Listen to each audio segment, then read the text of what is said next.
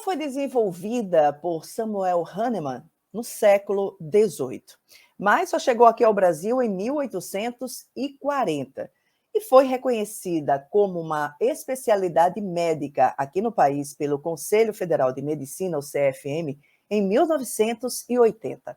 Hoje ela é considerada uma prática complementar de saúde e faz parte, melhor dizendo, da Política Nacional de Práticas Integrativas e Complementares do Ministério da Saúde e deveria ser oferecida de forma gratuita no nosso sistema de saúde pública, aqui em todo o Brasil, mas apenas em alguns locais isso já acontece. Nós estamos falando da homeopatia, essa prática que muita gente desconhece, muita gente subestima, e hoje nós queremos trazer para você aqui, você que assiste o Papo de Psique, um conhecimento um pouquinho mais aprofundado sobre a homeopatia. E para falar sobre ela, nós convidamos o médico mineiro Gilson Freire, ele que tem mais de 40 anos de prática homeopática, além de ter livros publicados na área da saúde e também da espiritualidade. E já trazemos o Dr. Gilson aqui para esse nosso bate-papo. Dr. Gilson, seja muito bem-vindo ao Papo de Psique, é um prazer recebê-lo. Bom dia, boa tarde, boa noite para todos.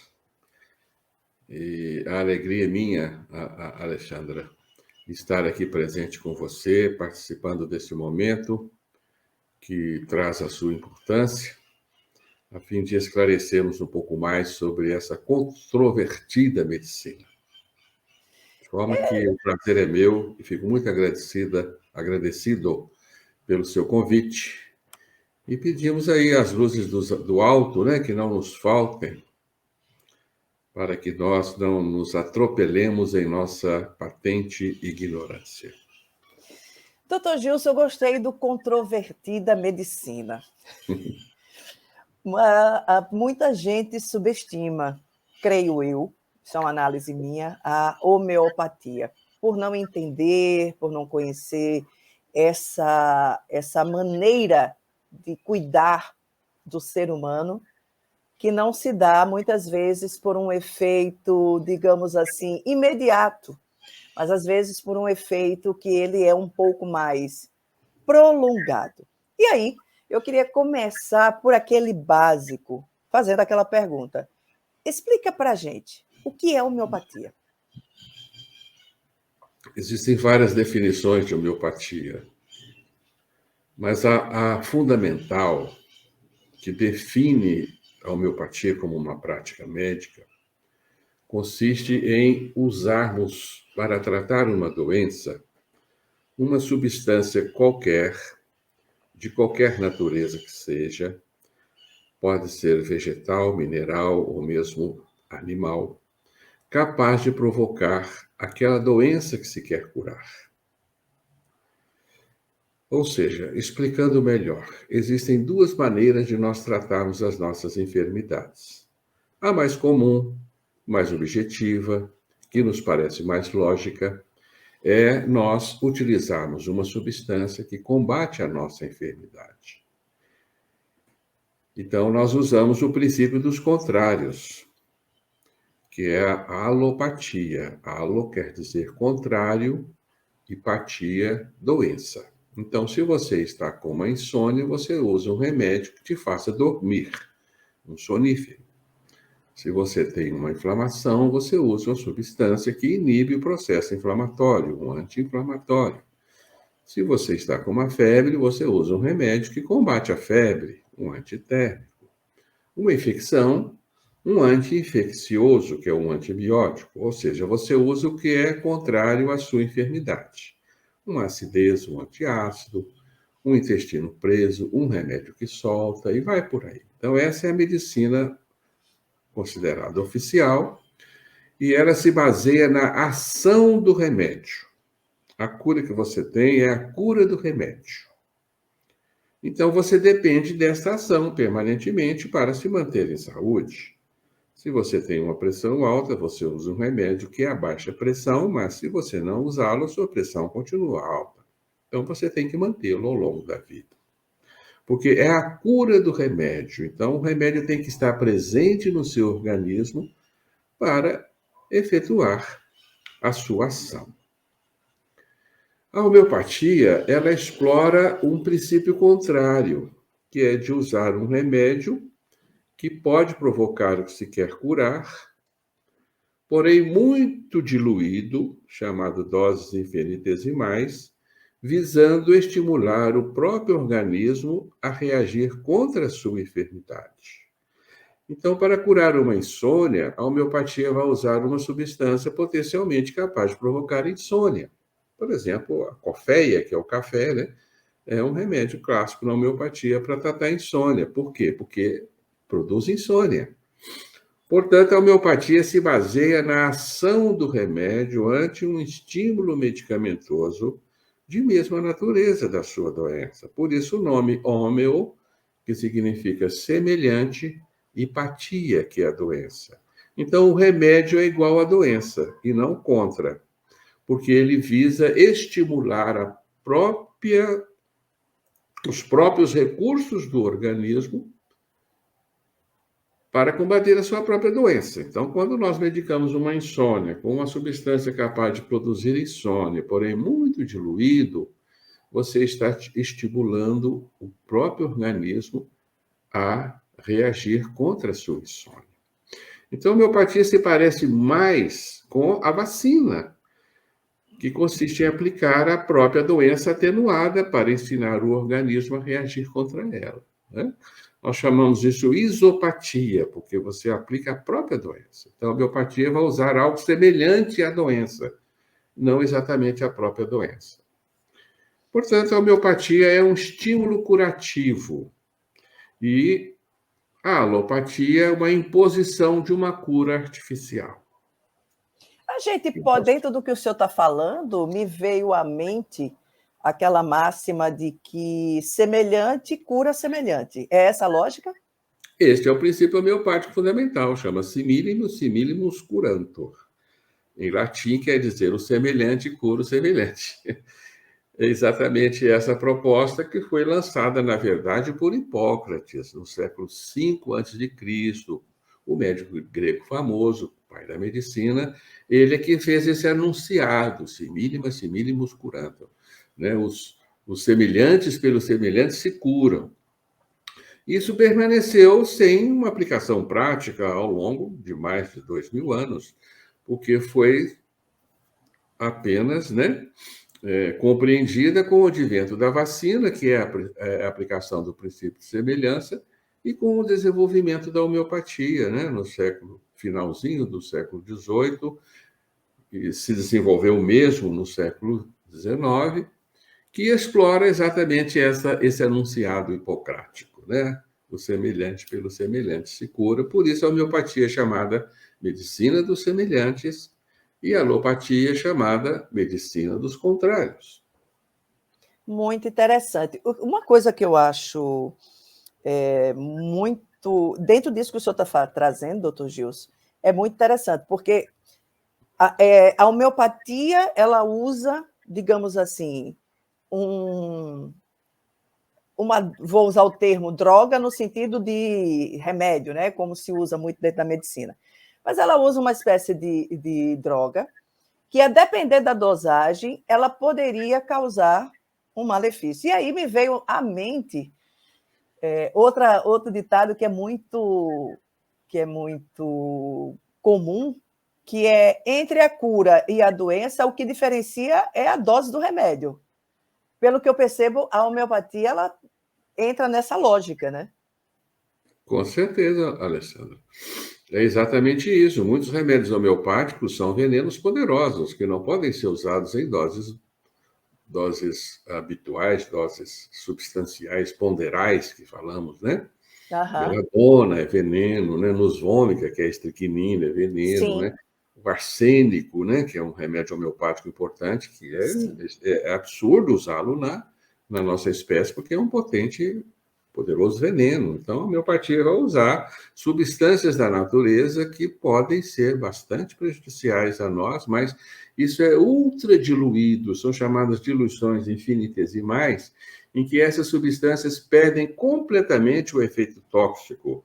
Você pode tomar litros e litros e litros de um arsênico homeopático que você jamais vai morrer em decorrência disso, porque não há toxicidade alguma em decorrência do processo de diluição, né? Que são processos de diluições muito avançadas, né? A homeopatia vai usar o chamado... existem alguns processos de diluição, mas o mais habitual é diluir uma gota em 100 gotas de um solvente, por exemplo, água alcoolizada. Você pega 100 gotas de água alcoolizada e pinga ali uma gota da substância original, chamada tintura-mãe. Então, você dilui 1:100 e faz o que se chama CH, que é a diluição centesimal hahnemanniana, foi idealizada por Hahnemann, 1:100. Aí você faz CH1. Dali, deste preparado, você tira uma gota, dilui de novo em outras 100 gotas de água alcoolizada. Você faz CH2 ou 2CH. É a mesma coisa. E você tira uma gota, dilui de novo em outras 100 gotas alcoolizadas, de água alcoolizada. Você faz C3. Quando você chega na quinta diluição, não há mais toxicidade presente ali em decorrência da alta diluição daquela substância, porque são diluições subsequentes. 1:100, 1:100, 1:100, 1:100, e você vai fazendo C1, CH1, CH2, CH3, CH4, CH5, né? Chega a CH6, CH12, CH30, CH50, CH100, vai por aí. 200 mil! CH200, CH1000, exatamente. Um CH200, você usou 200 frascos para chegar lá, em sucessivas diluições. Que maravilha! Eu já tinha, porque eu uso a medicina homeopática desde 2014. Digo que foi uma das grandes conquistas assim na minha vida dessa existência, foi ter descoberto essa maneira de se tratar, né? E eu sempre ficava muito curiosa com essa coisa do CH6, CH30, CH200, CH1000, porque quando vem nessas dosagens maior, por exemplo, 1000 é uma dose única, geralmente, né? Já digamos assim, usando um termo mais popular, é a bomba, é aquela bombinha que vai atuar ali mais efetivamente. E eu nunca tinha entendido qual era essa lógica, e eu achei ótima essa sua explicação, porque eu acho que, inclusive, outras pessoas também que usam homeopatia talvez nem tenham ideia do que aquele CH significa, né? Agora, uma coisa que eu acho curiosa, doutor Gilson, que eu queria que o senhor explicasse para a gente. A homeopatia, ela trata a doença ou a causa dessa doença? E, ampliando a pergunta, em se tratando da causa, essa causa é a causa física ou é uma causa emocional? Pois é, essa daí é o grande pulo que a homeopatia dá e o grande quiprocó que ela vai gerar também, né?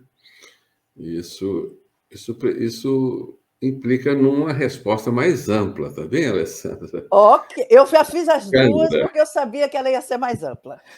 Alexandra, né? Então, nós temos que contar um pouco da história da homeopatia, tá bem? Tá bom. E sinto se eu me estender um pouco, mas vou fazer um grande esforço para ser o mais sucinto possível. Vamos embora. Bem, a homeopatia começou, então, explorando a possibilidade que os remédios têm de suscitar sintomas na nossa espécie. Então, o Hahnemann começou a experimentar os remédios nele e em um grupo de pessoas saudáveis para observar o que aquele medicamento provocava em nós. E uma vez encontrada uma doença semelhante àquele grupo de sintomas, ele aplica aquele remédio. Isso então se chama experimentação. A homeopatia vai partir de um método experimental. Inclusive, foi o Hahnemann que introduziu a experimentação em medicina, muito antes do famoso Claude Bernard, francês, que começou a fazer experimentações em animais. Mas o Hahnemann começou a experimentar no ser humano. Então, ele pegava uma substância e experimentava nas pessoas que o seguiam, nele mesmo, e anotava o que produziam, e depois, diante de uma doença natural, aplicava aquela mesma substância. Só que os doentes pioravam muito. Por exemplo, se ele se deparasse com uma substância que provoca diarreia, então ele ia dar aquele remédio para alguém com diarreia. E a pessoa ia piorar muito da diarreia para depois o seu organismo reverter o processo e ele melhorar. Então, essa gravação inicial, em decorrência da toxicidade da substância, fez com que Hahnemann partisse para a diluição dos seus remédios, a fim de evitar que esse processo ocorresse. Então, daí ele começou a diluir. E começou, além de diluir, a agitar. Então, ele diluía uma gota da substância original em 100 gotas de água e álcool e fazia sucções, chamadas dinamizações, para homogeneizar a mistura. Então, ele succionava 100 vezes aquele frasquinho, dali ele tirava uma gota, punha em outro frasquinho, succionava 100 vezes, diz que ele batia num livro com a mão, né? E assim ele desenvolveu um processo que na homeopatia é chamado dinamização. Não é só a diluição, ela pressupõe a agitação daquela substância num solvente para que haja a liberação de algum princípio medicamentoso. Certo? Uhum. Então, quando o Hahnemann chegou no CH5, CH6, ele notou que essas agravações se reduziam e se mantinha um potencial curativo. Então, os pacientes eram levados a estimularem o seu organismo a se curar diante daquela enfermidade, né? Tá bem? Isso parecia muito bom. Só que as pessoas voltavam a enfermar, ou enfermavam de outras enfermidades. Então, o Hahnemann ele desenvolveu um corpo de conhecimentos médicos que foi muito além da simples aplicação da lei de similitude, ou lei de semelhante. Porque ele começou a questionar o que leva as pessoas a adoecerem. Tá certo?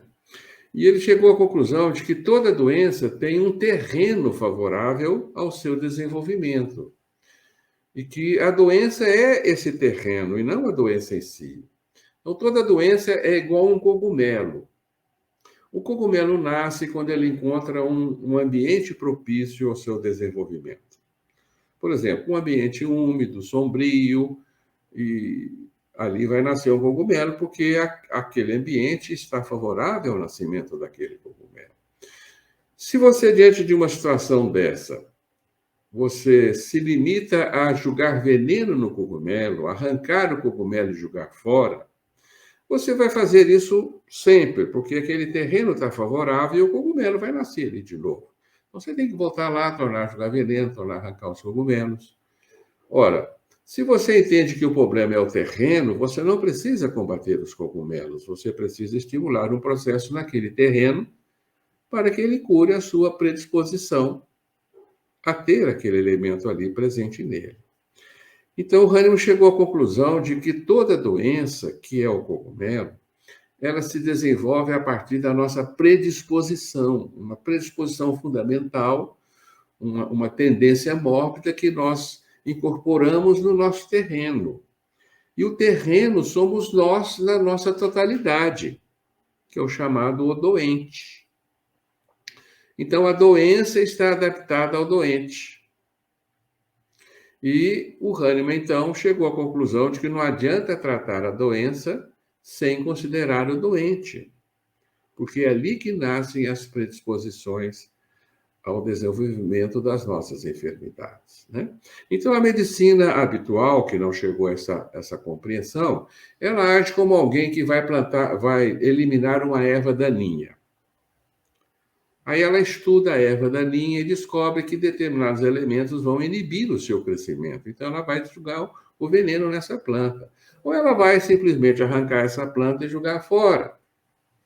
Muito bem, parece que é tudo que pode ser feito, mas se o terreno continua suscetível, aquela plantinha vai voltar ou outras vão ali se desenvolverem. Então, o ideal seria você estudar esse terreno, pesquisar o que está acontecendo nesse terreno, para que esse terreno continue suscetível ao desenvolvimento das suas ervas daninhas. Portanto, a homeopatia passou do tratamento da doença para o tratamento do doente. Esse foi o grande salto que Hahnemann deu, né? Então, ele começou a estudar o doente no seu todo e começou a tratar o indivíduo como uma totalidade, não simplesmente como um órgão doente, né? Então, aí a homeopatia começa a se distanciar, do ponto de vista técnico e filosófico, da medicina convencional, que trata órgãos doentes. E a homeopatia não vai tratar o órgão doente, vai tratar o doente onde o órgão está adoecendo. É uma outra visão médica, é uma outra compreensão do que é o ser humano e de como e por que ele adoece. Tá bem? Aí ela se tornou bastante complexa também, tá? Sim, mas ao mesmo tempo que ela se torna aparentemente complexa, doutor Gilson, eu percebo que ela se torna mais, eu diria, efetiva. E aí eu vou lhe fazer uma pergunta de alguém que já passou por essa experiência. A primeira vez que eu usei, eu vou dar essa experiência aqui só para ilustrar, porque eu até hoje eu dou risada disso, né? Até hoje eu dou risada disso. Eu cheguei ao consultório médico, homeopata, da minha homeopata, a pessoa que me acompanha até hoje, que eu amo ela de paixão, um profissional muito comprometida. E aí a gente conversou, parari, parará, e ela perguntou para mim, o que é que você veio fazer aqui? Eu digo, eu quero parar de me matar, porque eu percebia que o meu emocional estava detonando o meu corpo. Ela disse, tá bom. Toma essa receitinha aqui e vá-se embora para casa. Aí eu fui à farmácia homeopática, fiz a medicação, veio um tubinho desse tamanho aqui assim. O conteúdo deste tubinho não molhava nem direito a língua. Eu digo, rapaz, eu paguei caro. Olha a mentalidade do ser humano. Eu paguei caro por um negócio que não está molhando, não molha nem minha língua. E, irmão, tá bom, vamos ver o que é isso. Isso foi numa terça-feira consulta, eu acho que na quarta-feira eu fiz a medicação. Tudo ótimo, quarta, quinta, sexta, sábado, domingo, segunda. Na terça-feira seguinte, eu comecei a sentir um certo incômodo. E eu me lembro que eu estava conversando com uma grande amiga minha, a gente batendo muito papo, e eu agoniada.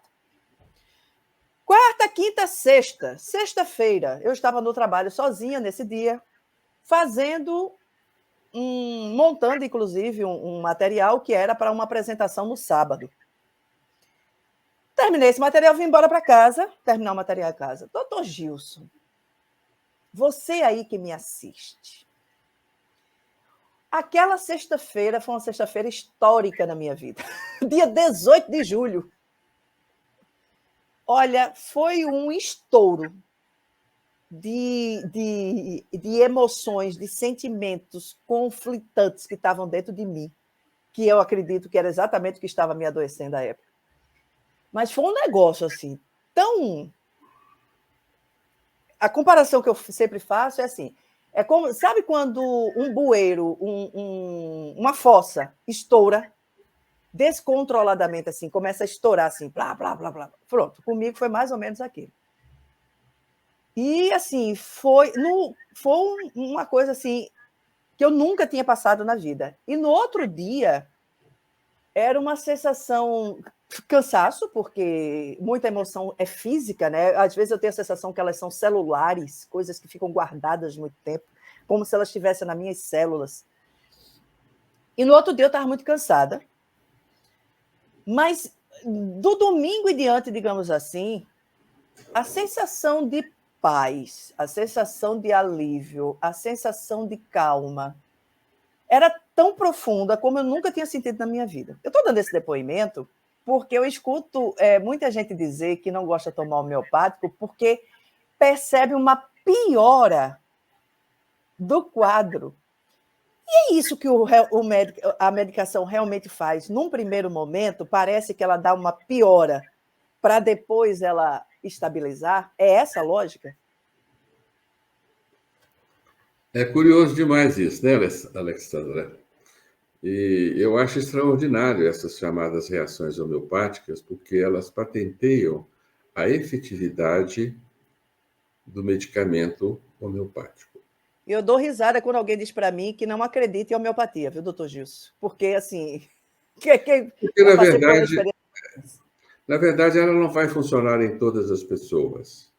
Na verdade, identificar o terreno doente, o terreno mórbido, para medicar o terreno, é um procedimento médico complexo, né, que pressupõe conhecer a pessoa na sua intimidade. Não basta conhecer o seu diagnóstico clínico, a doença que ela apresenta, né? Quem é o dono daquela doença? Então, a homeopatia vai medicar o dono da doença, que é o terreno.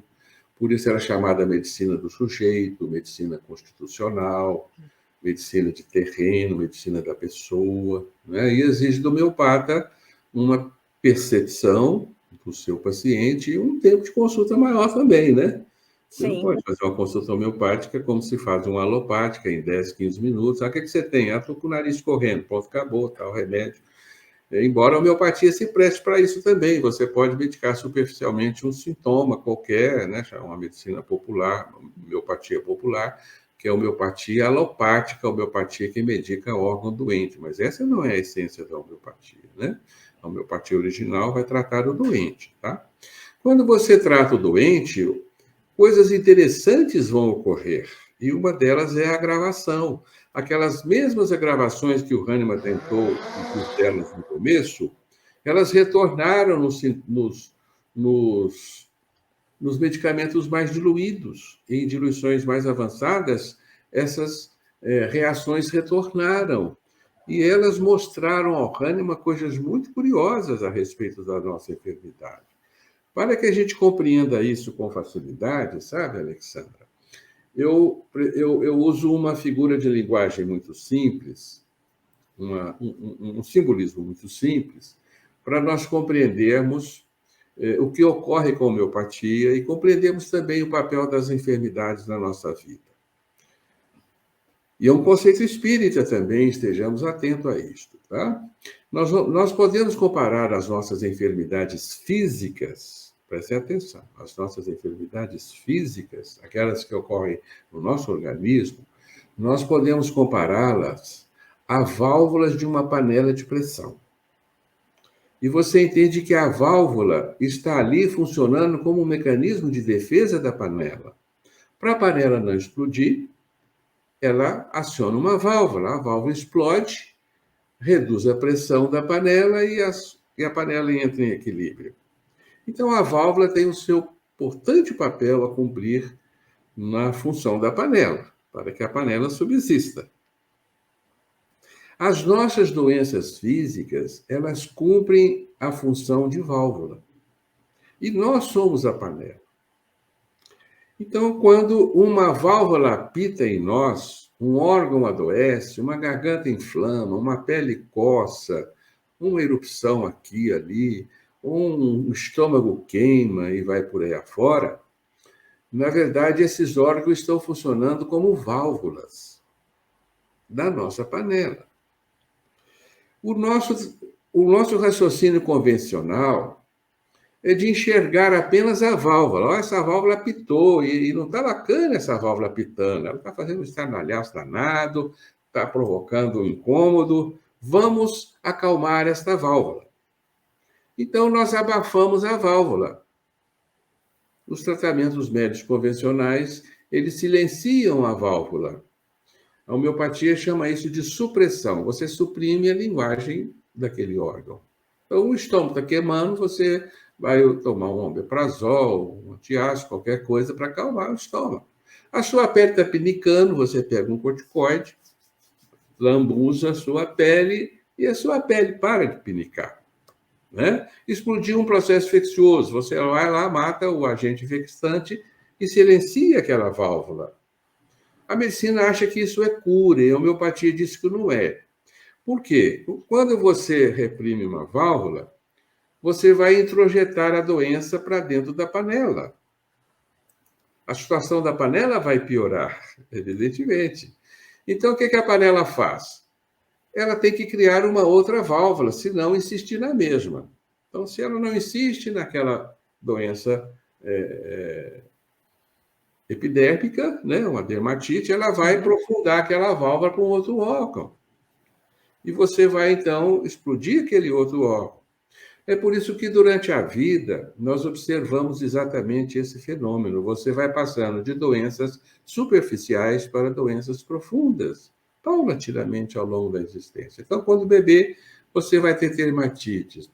Depois você tem rinites, tem otites, tem amigdalites, aí fica meninite, tem bronquites, aí fica adulto jovem, tem gastrite, tem colite. Dali um pouquinho você já está maduro, você tem pressão alta, você tem enxaqueca, tem outras enfermidades. Dali um pouquinho você tem dores reumáticas. O que está acontecendo? A enfermidade está sendo direcionada para planos cada vez mais profundos. E com isso a panela vai piorando.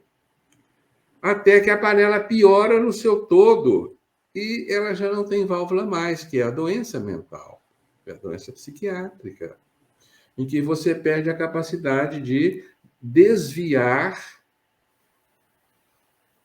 o potencial lesivo que você gerou para você mesmo num órgão superficial. Aí a mente adoece. Então a gente fala na homeopatia, toda doença começa na mente, toda doença termina na mente.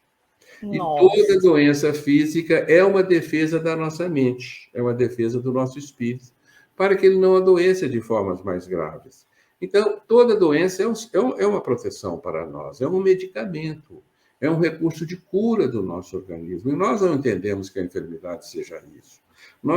A medicina não vê nenhuma finalidade na doença, e a homeopatia diz, a doença está te defendendo de males maiores. Então, esta é uma conceituação muito interessante da homeopatia, que coincide, inclusive, com a doutrina espírita, porque nós vamos encontrar lá em André Luiz comparando o corpo físico a um filtro milagroso, a um carvão divino que absorve os males que nós retemos na alma, sanando-a, são palavras de André Luiz, né? Ou seja, o corpo é um mata-borrão da alma. O corpo absorve as mazelas que nós trazemos na alma. E essa é a função da enfermidade. A enfermidade é um remédio milagroso, é um remédio divino para nos curar, para nos equilibrar, para manter o nosso terreno sadio no seu máximo possível, manter a panela em silêncio. Né? Manter a pressão sob controle, né? Sob controle. Então, esse é o papel da nossa enfermidade. Então, vez ou outra, você tem uma doencinha física, isso é excelente, você está fazendo a manutenção do seu equilíbrio. Mas a gente não aceita. Se você começa a espirrar, você corre, vai tomar anticongestionantes e tudo mais. Não, né? E a gente está sempre tampando válvula, porque nós não queremos válvula nenhuma. Mas se você cria tensões mórbidas, você precisa das válvulas para aliviar essas tensões mórbidas, né? E como gerar tensões mórbidas é outra conversa, tá? É Mas outro papo. o fato é que a homeopatia, ela vai funcionar, e isso é maravilhoso, ela vai funcionar como alguém que pega essa panela que está borbulhando e as suas válvulas não estão funcionando direito. A homeopatia vai funcionar como alguém que vai com um estiletezinho lá e dá uma cutucada para que a válvula funcione. Entendi. E o indivíduo bote para fora todos os seus podres. Olha, né? Então a minha estava bombando. Então a gente fala que a homeopatia drena. A homeopatia, o povo fala assim, põe para fora, traz para a superfície os nossos males. Isso. Por isso é muito comum o tratamento homeopático piorar primeiro, porque você vai naquela panela que está toda borbulhante de tensões mórbidas e você coloca em funcionamento mecanismos curativos que são exonerativos, são drenatórios, né? Então, isso se compara a uma casa também, eu costumo usar essa imagem também, que é muito bacana, em que o morador vai produzindo uma série de substâncias indesejáveis, ele precisa de esgoto, a casa tem que ter esgoto. E se você simplesmente olha lá fora e fala assim, não, mas que esgoto feio, eu vou tampar isso aqui, vou cimentar isso aqui para essa casa ficar bacaninha, tudo bem, mas o morador vai ficar péssimo dentro da sua casa com os esgotos entupidos. Então, o homeopata é alguém que vem com uma enxadinha, vão abrir um dreno aqui, vão abrir outro ali, vão desentupir aqui, vão pôr tudo para fora para a casa ficar equilibrada e permitir uma vida harmônica ao seu morador. Então, o efeito da homeopatia é de drenar a enfermidade, de trazer a enfermidade para a superfície. Isso chama lei de cura na homeopatia. Então, você é capaz de curar adoecimentos profundos, fazendo com que o nosso organismo transmita essa enfermidade para a superfície.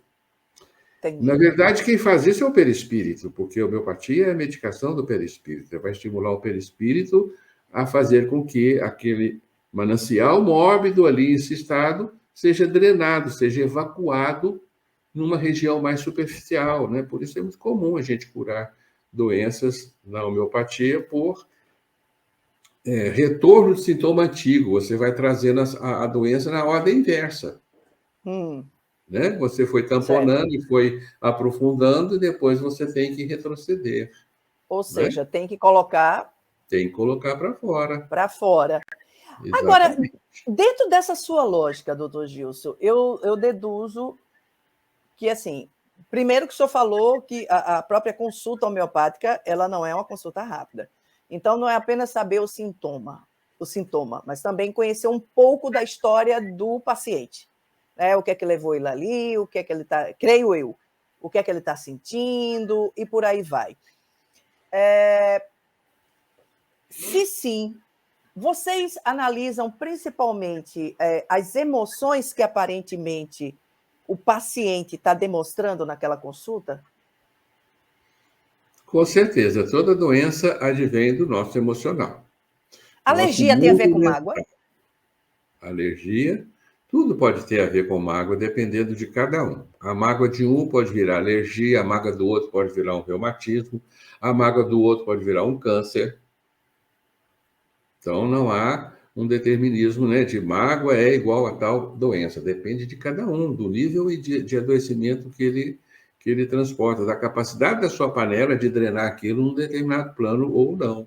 Né? As pessoas que são mais saudáveis na forma de adoecer, pega a mágoa, transforma numa coceira no pé. Ótimo. Quer dizer, o ideal seria não ter a mágoa para não precisar da coceira no pé. É verdade. Mas ter a coceira no pé é o mal menor. Tá certo? Certo. Depende da... Mas, então, o que a homeopatia vai fazer é isso, é manter as doenças na superfície o máximo possível para que o indivíduo possa aprender a elaborar as suas questões íntimas e viver na saúde. E que tipos... Desculpa, perdão. Fale um pouquinho aí como é que vocês fazem esse diagnóstico. É complexo de chegar a essa questão em tão poucas palavras, mas a homeopatia vai estudar basicamente a personalidade do indivíduo. O cerne da consulta homeopática é a personalidade. Quem é o dono desta doença? Como que esse indivíduo adoece? Por que ele adoece? Por isso a consulta homeopática é uma conversa estrombótica, né? Como é que você é? Né? O que te afeta? O que te define? O que você tem de bom? O que você tem de ruim? O que as pessoas acham de você? Por que você veio aqui, né? Por que você veio me procurar? O que você quer? Né? O que está acontecendo de errado com você? A homeopatia faz o que se chama a pesquisa da história biopatográfica, estudar a vida do indivíduo e ver como que ele se comporta, né? Porque a homeopatia, em síntese, ela vai chegar à conclusão de que a doença é definida como o mal pensar, o mal sentir e o mal agir. São 3 aspectos, né? Sentimentos, pensamentos e ações. E a questão do mal aí é uma questão muito complicada sobretudo para a medicina. O que é esse mal, né? Uhum. Não é verdade? Isso tem implicações éticas e morais? Sim, tem implicações éticas e morais. É uma grande descoberta que a homeopatia faz, embora a medicina convencional ela não admita que as nossas enfermidades advenham dos nossos comportamentos impróprios, dos nossos sentimentos inadequados e das nossas ações deletérias, né? É claro. Então, isso é que vai nos adoecer. Então, a questão é muito profunda porque ela nos remete para aspectos filosóficos, éticos do ser humano, né? Sim, E vai nos demonstrar que a saúde do corpo é consequência da saúde da alma, é consequência da saúde do nosso campo mental, né? Como manter o nosso campo mental em equilíbrio na nossa vida de relações, né? Nas nossas interações com o outro, sobretudo, né? Então, uhum. torna-se bastante complexo, mas também muito interessante, porque a homeopatia vai nos remeter de volta ao sacerdócio médico, né? O médico caminha para se tornar também um sacerdote, né? Porque ele vai fazer uma interação perfeita entre mente e corpo. A gente chama isso de unicismo, né, Alexandre? Que é tratar o homem como uma unidade, Uhum. né? De uma forma integral, né? Não tratar o corpo como algo isolado, como se ele adoecesse por um acaso, como se a doença fosse um distúrbio biomolecular casual, mas a homeopatia não vai entender assim. Ela vai entender que é o indivíduo que alimenta a sua enfermidade, né? Então, nós temos que buscar a enfermidade num plano superior, no plano consciencial, no plano Sim, mental, no plano da vida de relações da pessoa. Nós vamos buscar as suas áreas de atritos, né? Seus atritos de interesses com o outro e com o mundo. Aí você vai pesquisar raivas, mágoas, dissabores, decepções e tudo mais, porque a homeopatia ela vai prescrever um remédio de acordo com esse perfil, e não com propriamente a forma como o seu órgão adoece. Tá bem? Ficou ok. claro? Ficou sim. E aí eu aproveito para lhe perguntar: que tipo de problemas ou que tipos de adoecimentos podem ser tratados pela homeopatia? Apenas aqueles que estão diretamente ligados a uma questão. Eu vou usar esse diferencial só para talvez algumas pessoas que estejam aqui nos assistindo são completamente leigas nesse entendimento, tá, doutor Gilson? Aqueles que têm uma conexão mais mental, ou questões físicas. E aí a gente está falando, por exemplo, de um tumor, a gente está falando de um colesterol, a gente está falando de um aneurisma, enfim, um problema cardíaco. Onde atua a homeopatia ou ela pode atuar em todos esses casos? A homeopatia vai atuar em todos os casos, sabe, Alexandre? Mas ela não vai curar todos os casos, evidentemente, né? Uhum. Porque ela vai depender muito da, do determinismo que rege a vida de cada um, Sim, né? Ela depende de leis superiores, que são leis espirituais, sim, leis que regem a nossa felicidade na Terra de acordo com as nossas semeaduras, né? Porque toda enfermidade é uma colheita que foi semeada e essa colheita é obrigatória, né? Toda enfermidade traz uma lição importante. Enquanto você não absorver essa lição, ela estará presente, né? Então, nós não temos a pretensão de curar todo mundo. A homeopatia é um estímulo ao equilíbrio, é um estímulo para que o indivíduo adoeça da forma mais branda possível, mas muitos podem não estar sujeitos a esse estímulo, né? Muitos, infelizmente, podem ter um nível tão arraigado de enfermidade num órgão, como é o caso de um câncer, por exemplo, que você não consegue desviar aquele processo mais, né? A sua panela criou uma válvula tão pesada, né? Incrustada num dos seus locais, que ela não se desloca mais dali. Ela é impossível de ser manipulada pelas forças do perispírito, né? Então, não temos essa pretensão, mas você sempre pode amenizar a panela, você sempre pode levar o indivíduo a nutrir melhores sentimentos diante dele mesmo, diante da vida e, sobretudo, perante a sua doença. Nós estamos perfeitamente convencidos que o primeiro passo para nos curarmos é nós aceitarmos a nossa enfermidade. Nós concordarmos que ela é nossa, ela nos traz lições. Isso não se cura com remédio. É Não é verdade. verdade? Remédio algum nos traz convencimento de nada, né? Então, o remédio vai estimular o perispírito, mas nós precisamos nos ajudar, nós precisamos nos curarmos, nós precisamos aprender o nosso caminho de autocura. Isso é essencial. Isso não é medicamentoso, não há remédio algum que faça isso por nós, porque depende do nosso esforço, da nossa conquista, não é? Então, a homeopatia não vai tratar todas as doenças em absoluto, né? Muitas das vezes, a homeopatia vai fazer com que a gente adoeça da melhor forma possível, porque nós precisamos da doença. Né? Tá claro? Sim, Então, perfeito. você tem uma doença num determinado órgão e ela não vai arredar a pé dali. Né? Aquela drenagem que a gente chama miasmática, né? Aquele nicho fluídico, como o André Luiz o chama, ele tem um endereço e, durante a vida, está determinado pelo seu destino. Tá? Uhum. Porque esse destino é traçado antes, exclusivo da gente nascer. Pode Então, ser amenizado ou não, pode ser dependendo amenizado, mas dos não pode ser méritos da curado. própria pessoa, né? De como ela conduz a existência desse presente. Tem indivíduos que precisam de uma dermatite para se manter em equilíbrio. Então, o homeopata vai fazer com que aquela dermatite se mantenha. O indivíduo tem uma psoríase, ele tem que manter aquela psoríase para que ele para que ele viva no seu máximo equilíbrio, até que Qual é aprenda a causa, a por equilíbrio. exemplo, da psoríase? Muita gente tem. Qual seria uma das causas da psoríase? São muitas as causas, Alessandra, né?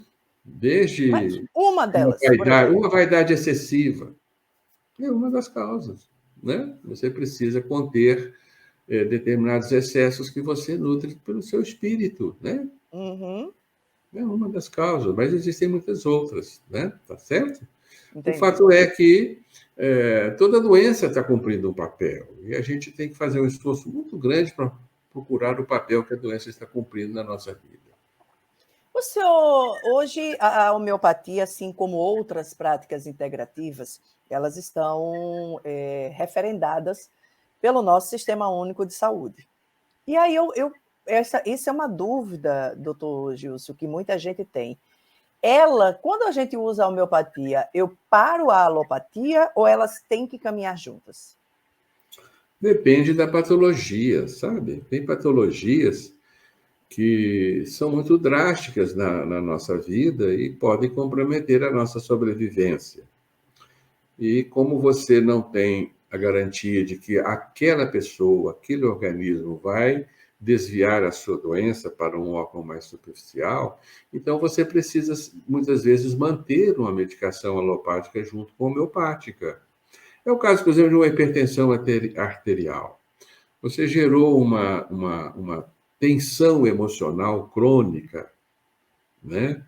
Hipertrófica ao longo da vida, e aquilo fixa no sistema vascular de tal forma que ela já não tem mais como deixar aquele sistema.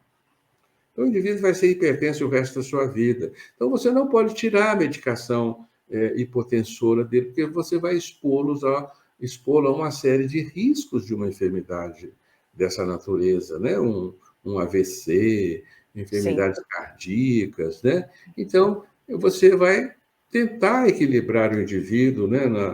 Na manipulação das suas forças para que ele não continue gerando essa tensão hipertrófica, mas você não tem como deixá-lo sem a medicação habitual, né?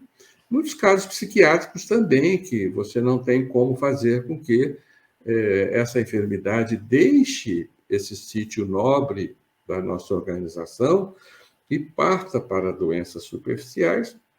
Então, você tem que manter os freios psiquiátricos para que o indivíduo possa dar conta de viver da melhor forma possível. Então, muitas vezes, você não consegue tirar um antipsicótico, um ansiolítico, um antidepressivo, né? Embora a homeopatia vá estimular equilíbrios para que o indivíduo não precise dessa medicação, né? Então, existem casos que você consegue retirar esses remédios, mas isso tem que ser feito com muito critério, com muito bom senso, deve ser feito aos poucos, não é? Por Uhum. exemplo, um indivíduo que tem um reumatismo crônico, artrite reumatoide, aquelas dores terríveis, e ele usa um monte de anti-inflamatório para inibir aquele processo, ele começa um tratamento homeopático. Ele vai piorar muito daquele reumatismo para se sarar, né? Ele vai agravar, né? Então, você não pode tirar aquela medicação habitual dele, porque ele não vai suportar, né? Então, aqui tem que ser feito aos poucos e, à medida que você vai estimulando um processo de cura no indivíduo, você pode, então, ir retirando essa medicação, mas isso depende, né, de uma evolução longa, de um tratamento cuidadoso, demorado, de uma compreensão do indivíduo, né, e de sua interação com o homeopata, e você pode chegar a uma condição em que ele não tome mais remédios, né? Mas isso Mas esses dois tratamentos podem ser feitos simultaneamente. eles têm que conviver simultaneamente, sabe? Eu comparo isso àquele exemplo de uma casa em que a drenagem ela está sendo feita como uma enxurrada, e ela vai Uhum. destruir a casa, né? O manancial móvel é muito grande, aquela enxurrada está derrubando parede. Então, espera aí, nós temos que segurar isso, se conter.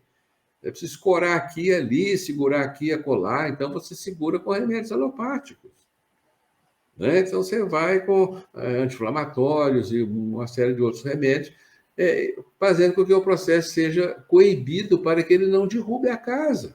Uhum. Porque é Perfeito. essencial que o indivíduo fique o mais tempo possível na sua casa. Né? É Não verdade. tem jeito, tem hora que arrebenta tudo e o cara vai embora, né? Porque, infelizmente, a vida ela valoriza muito mais o ser e o nosso Aham. corpo substancial do que o corpo físico, que é uma veste temporária, né?